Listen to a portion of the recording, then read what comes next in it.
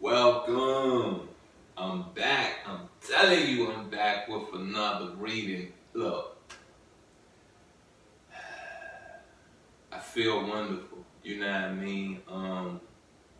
Let me get this introduction over with first, then I'll elaborate a little bit more about why I'm feeling so wonderful this morning.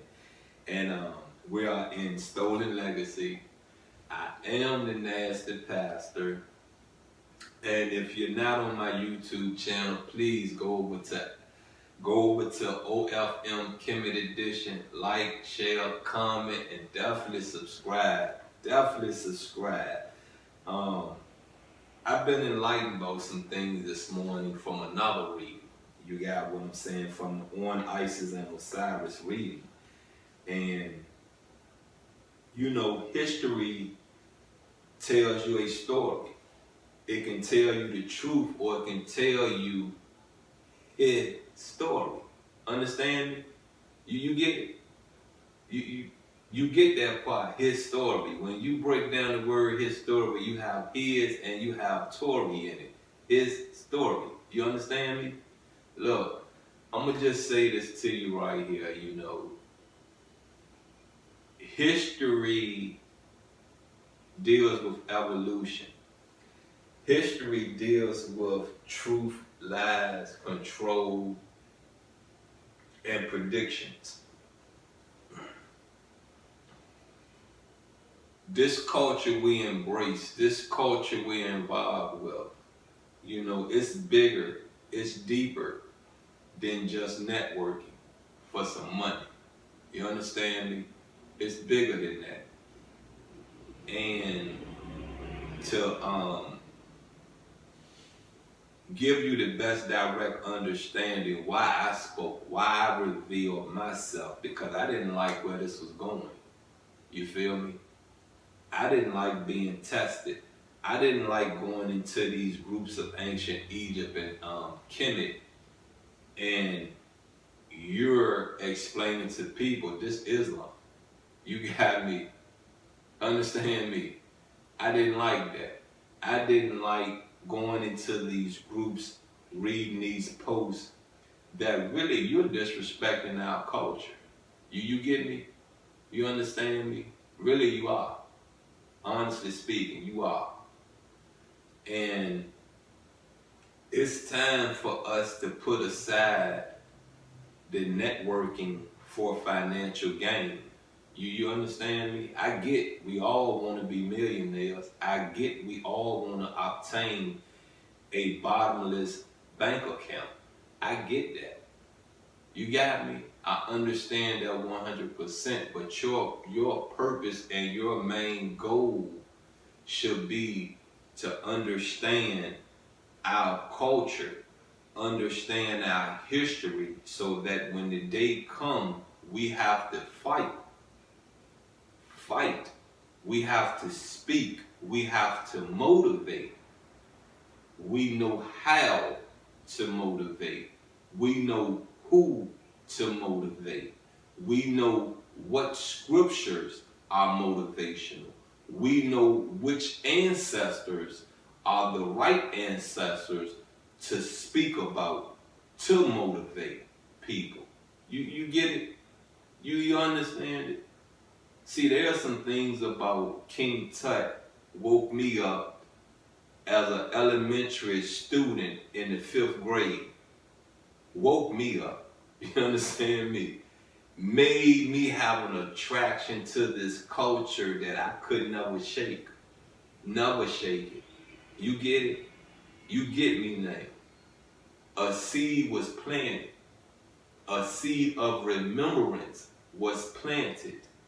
Look, this book that was written by George G.M. James is precious to me because this is the first book I ever read about the Egyptian culture. You get me? About the Kemet culture. You understand me? This is the first book. Look, let's dive into this reading.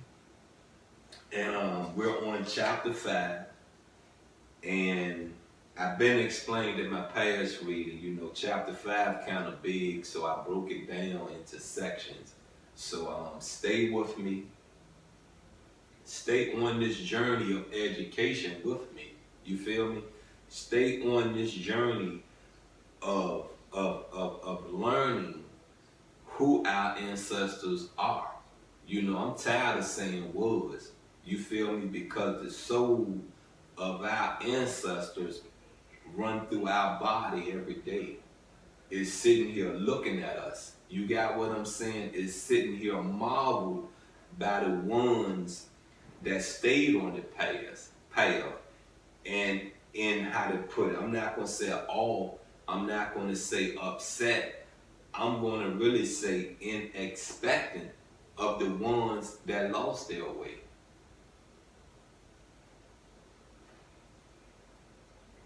Okay, the start of this reading, I'm gonna be honest with you. There are 1, 2, 3, 4, 5 parts to this part of chapter 5 that I'm reading from. It is the end of the chapter, but I'm gonna do as I always do. You know, I'm gonna give you a baby spoon full. I'm not gonna give you the tablespoon. I'm not gonna give you the soup spoon. I'm not gonna do that. That's too much for you. I'm still a baby in this. So what are you? You an infant. You ain't even started to crawl or walk yet. You get me? If I'm a baby, what are you? The doctrine of opposites. The unit of number is composed both of odd and even elements, of the finite and infinite, and of the positive and negative. In this connection, we find Heraclitus suggesting fire to be the source of creation by means of the principle of strife which separates phenomena, and harmony which restores them to their original source. Can we agree? Can we agree? I know heat helped evolve any living tissue. I know that for a fact. You feel me? So I don't disagree with Heraclitus about fire being the source of creation. I just don't. I really don't.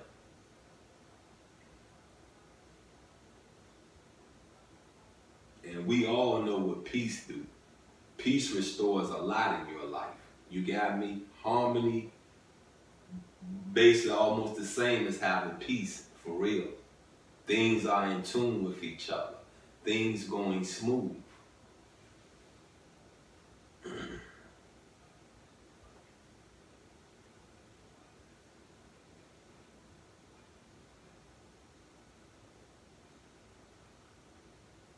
All right. Hold up now. All right, here we go. William Turner's History of Philosophy. Then you have something that said B, Parmenides, suggesting being an existence and non-being as non-existent. Then you have C, Socrates, attempting to prove the immorality of the soul by the doctrine of opposites. Then you have D, Plato, attempting to explain nature, used the theory of ideas which he based upon the principles of opposites. Consequently, the idea is true reality, being hence the concept is real, but the thing which is known by the concept is unreal. The nomen is real and perfect, but the phenomenon is unreal and imperfect. Aristotle, in attempting to establish the existence of God, describes the divine attributes in terms of opposites. God is the first mover that is unmoved. Proton, kinon, kineton. Hence, we have a combination of motion and rest as the attributes of deity and nature. Now, this part 2. Well, this is number 2 that's in this part of chapter 5. The doctrine of harmony as a union of opposites, after being expounded by Pythagoras, appears also in the systems of Heraclitus, who explains the phenomena of nature as passing successfully through their opposites. B. Socrates, who also defines harmony as the union of opposites. C. Plato, who defines the harmony of the soul as the proper subordination of its parts, the higher and lower natures. I'm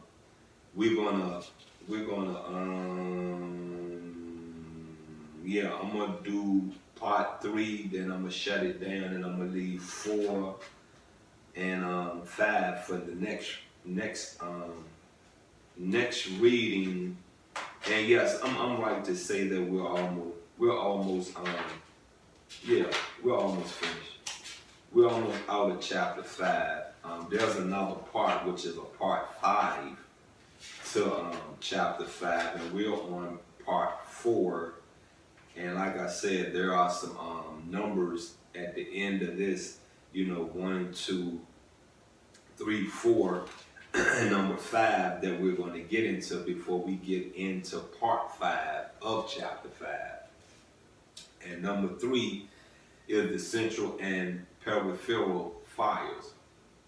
Here, Pythagoras attempts to show that fire underlies creation, and this same notion is expressed by Heraclitus, who speaks of the origin of the universe through the transformation of fire. Then we have Anaxagoras, Democritus, Socrates, and Plato, each using the term mind, nous, N-O-U-S, as responsible for creation. Anaxagoras and Socrates, who speak directly of mind as an intelligence and purpose behind nature, while Democritus and Plato speak of mind indirectly as the world's soul, but further describe it as being composed of fire, atom, flowing throughout space. Clearly then, mind, no matter what other name or function we give it, is fire, since it is composed of fire atoms, and fire, according to Pythagoras, underlies creation. Well, that's the end of this chapter reading. That's the end of this part of the chapter reading, chapter 4. And, you're going to find out there are things in history, there are things that just never going to be proven. There are things that you have to really base common sense off of, you know what I mean? Your theories off of to hold some truth in it. And, like I say, I know heat does help living tissue evolve. You got what I'm saying? I know it does. Too much heat will kill it, but the right temperature keeps it existing. If you look at where Earth, this rock we live on, is placed at between the sun and the moon, we are at the right distance where we're warm. We're at the right distance where I live at on this earth, on this rock, that is to the sun. We get some coldness. You feel what I'm saying? We feel some coldness because the earth has shifted and blocked out the sun, which has allowed the other part of the earth to what? Have some heat. You got what I'm saying? Have some daylight. You feel me? You get me? Our rock, our planet we call Earth rotates. You feel me? We all get a chance at daylight. We all get a chance at having natural heat. You feel what I'm saying? Natural heat, which helps our vegetation, which helps us as human beings grow. You feel me? Grow. Yes, grow. Evolve. Yes. Anywho, anyway, you've been with the Nasty Pastor, and we have wrapped up another reading from our The Stolen Legacy, and as you can see, we're probably halfway through this book, and if I turn up, we probably can get out this before the end of the year. If I do what I think I'm going to do, and that's relax things on out, you know, I will be into this reading also next year. I'm going on maybe 2 years now, almost close to a year and a half with these readings, and it's been fun. I thank you for viewing. I thank you for some of the likes I've received. Haven't been too much commenting. I'm really excited for the day to come that some comments can arrive. Please just stay tuned. Please research your culture. Please just don't take what I have to say and stand on it.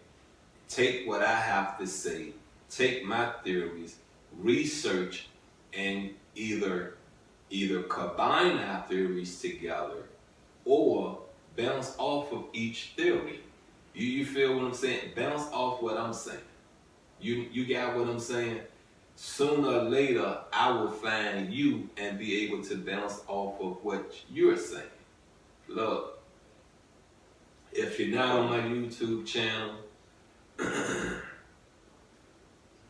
OFM Kemet Edition, go on over there, like, share, comment, and subscribe. If you're not on my Facebook page, OFM Kemet Edition, go on over there, like, and follow. Also, you can find the platform OFM Stolen Legacy. You got what I'm saying? Go over there, follow, and like. You get me? You understand me? It's education. Go on do that for yourself. Go on do that for your babies that you are bringing into this culture. Give them an advantage that you did not give yourself. Once again, you're with the Nasty Pastor. Once again, if I don't love you, ain't nobody else gonna love you.